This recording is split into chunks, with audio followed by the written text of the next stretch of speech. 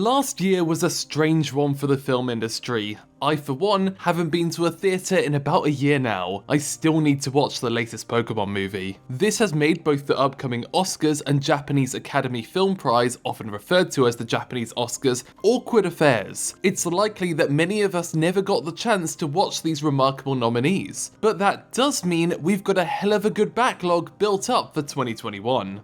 That's the silver lining. The Japanese box office shrunk lower than it has since the year 2000 last year, but its one saving grace was Demon Slayer, Kimetsu no Yaiba, Mugen Train.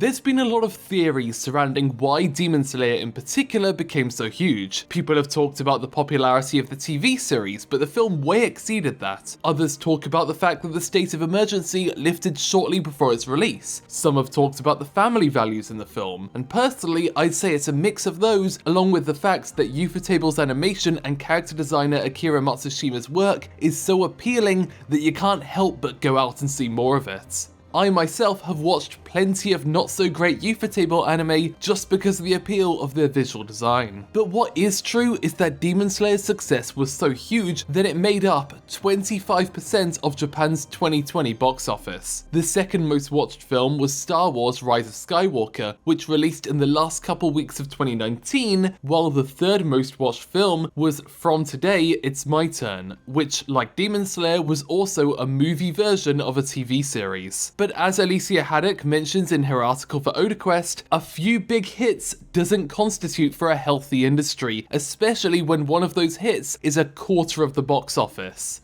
It's a bizarre year. Most of the best-selling films of the year came from outside of the US, with Demon Slayer not only being the fourth best-selling film, but also the best-selling animated film of the year overall, especially since Pixar's Onward released at the height of the pandemic and Soul was released on Disney+.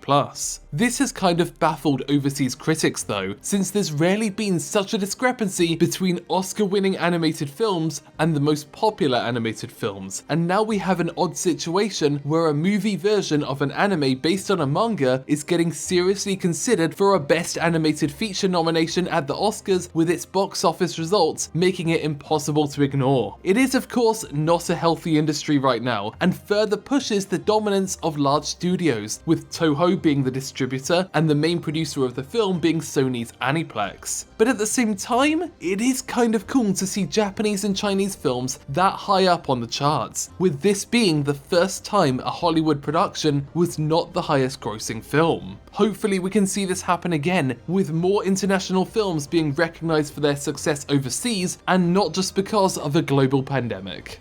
Thanks for watching OTAQUEST in Japan. Feel free to subscribe to find out more about the art and creation of Japanese pop culture.